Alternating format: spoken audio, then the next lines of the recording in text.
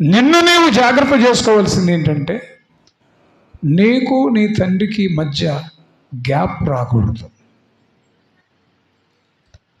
నిన్ను ఎడబాసే పరిస్థితి నీ తండ్రి నీకు కలిగేలాగా నువ్వు బ్రతకూడదు.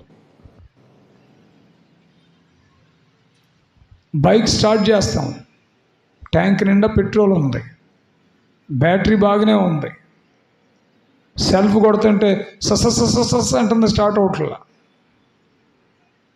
వైరింగ్ కనెక్షన్ అంతా బాగానే ఉంది. ఏమైంది ఏమైంది ఏమైంది?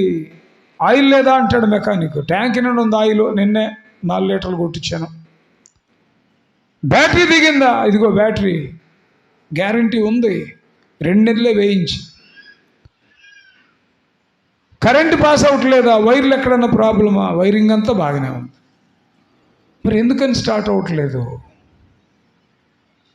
పెట్రోల్ ట్యాంక్లో, పెట్రోల్ నుంచి ఆ ట్యాంక్ నుంచి వెళ్ళే పైపులో ఎయిర్ గ్యాప్ వస్తే, అంటే మధ్యలో గాలి, ఆ ఎయిర్ గ్యాప్ ఉండడం వల్ల పెట్రోల్ అందదు.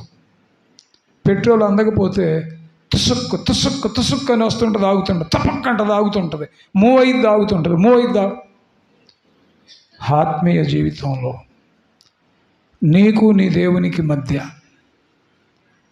ఎయిర్ గ్యాప్ అనేది ఏర్పడితే ఆయన కనులు నీ మీదే ఉంటాయి, కానీ సిగ్నల్స్ నీకు అందవు.